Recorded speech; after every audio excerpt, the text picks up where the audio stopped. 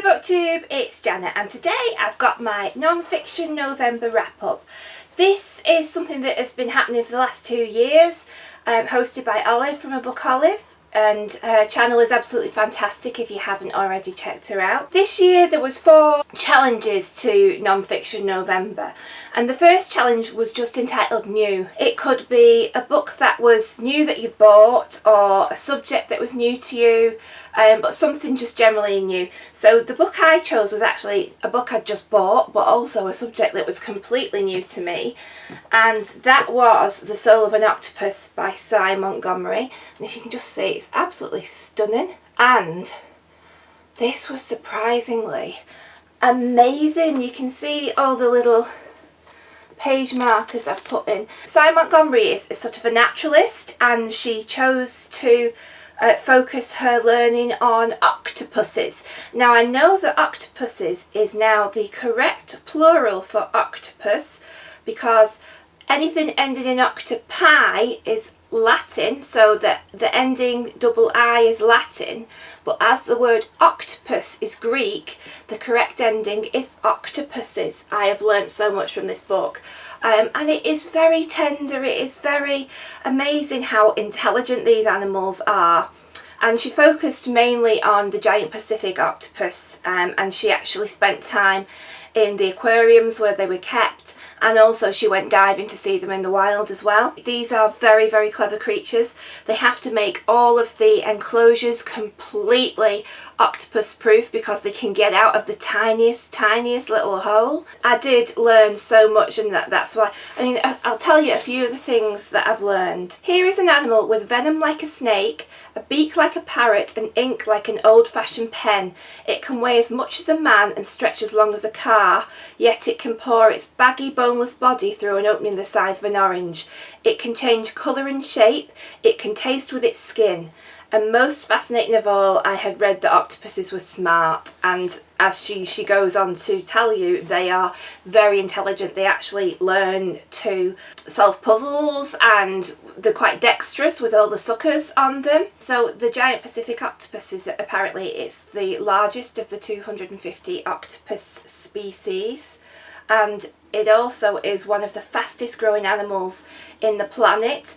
Hatching from the size of an egg, the grain of rice, they can grow both longer and heavier than a man in 3 years. They're absolutely amazing. Every time I was reading bits, I kept telling everybody, let me just tell you what I've learned. Things like, white is the colour of a relaxed octopus. They turn red when they're excited. Octopuses have 3 hearts, a brain that wraps around its throat, and are covered in slime instead of hair. Even their blood is a different colour from ours. It's blue because copper, not iron, carries its oxygen. It's like all these just snippets, they just absolutely fascinate me. And again, with the sensitivity of the octopuses, their arms and the suckers, that 3/5 of the octopus's neurons are not in the brain but in their arms. And if an arm is severed from an octopus's body, the arm will often carry on as if nothing has happened for several hours. It's just amazing. But also, these animals, with their level of intelligence, actually develop relationships with their keepers, and they like to reach out of their pens and touch the keepers and sigh herself, and I can't recommend it highly enough. It's absolutely fascinating. Really, really good read. Very heartwarming as well. It doesn't read like a textbook about octopuses. It's very much a labour of love, you can tell as you're reading it. So the next category was controversial. And for this I chose Queer, A Graphic History, and this is by Meg John Barker and Julia Scheel. And this I had high hopes for. I thought queer theory is something I don't really know too much about, and so I chose this sort of graphic representation just because I wanted a very brief introduction to theory, a quick snapshot of what it was all about. But I found that what they'd actually done is they'd put a very bit of dense textbook but stuck it as a graphic representation, so they didn't sort of tone it down. So I found it felt like reading a textbook, but it was actually a very dry textbook at the same time. So I did learn some aspects of queer theory, but I did find it a little bit hard going, and quite dull because of the way it was written, so it was a bit disappointing, this one. I did hope that it would just give me a quick snapshot, a brief overview just to explain the concepts of queer theory, but basically it feels like they just added some pictures to a rather dense textbook, so it wasn't for me. The next category was important, and that is a book that is important generally or important to you. And I chose Depressive Illness, The Curse of the Strong by Dr. Tim Cantofa, and as you can see I have put lots of markers in this. Depressive illness is a subject close to my heart because I suffer with clinical depression myself, and I feel that mental illness itself is still a stigma, still difficult to talk about for people.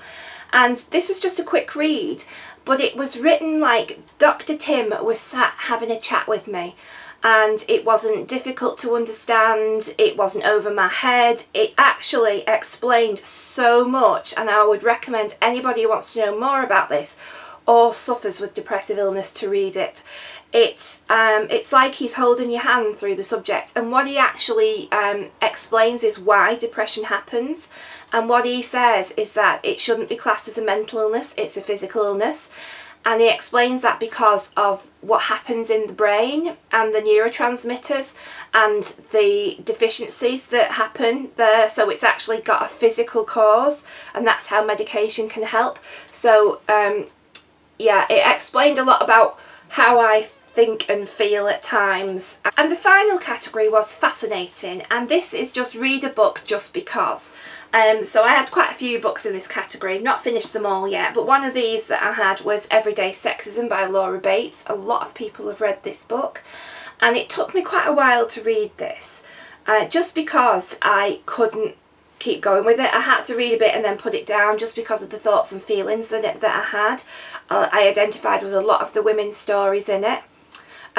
But I did find that it seemed to try a little bit too hard to labour its point. Yeah, towards the end I'd had a bit of a sickener of it, really. But it is an important book.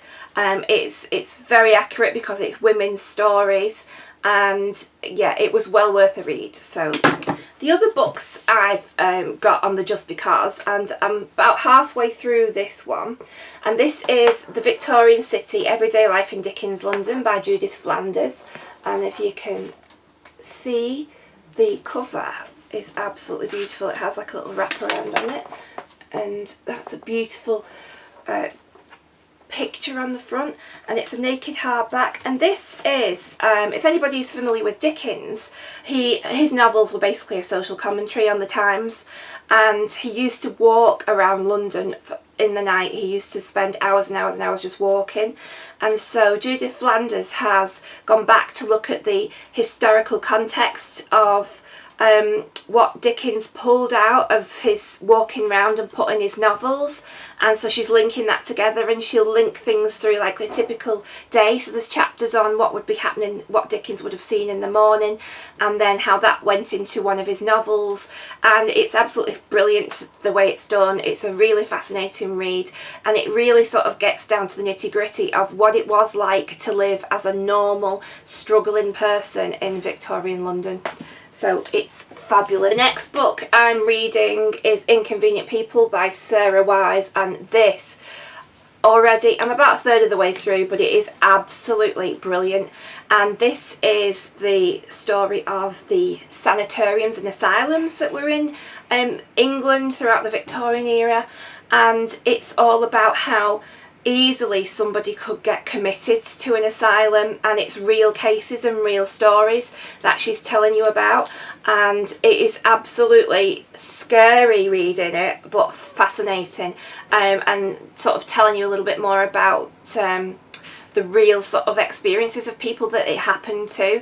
So I'll do a more thorough wrap up of it when I've finished it, but already absolutely loving it. It's just so good. And then the final one I've got is Claire Harmon's Charlotte Bronte Life. I absolutely love all things Bronte, and this book's absolutely fun. Is it called embossed or debossed? You can actually feel this bit on the front.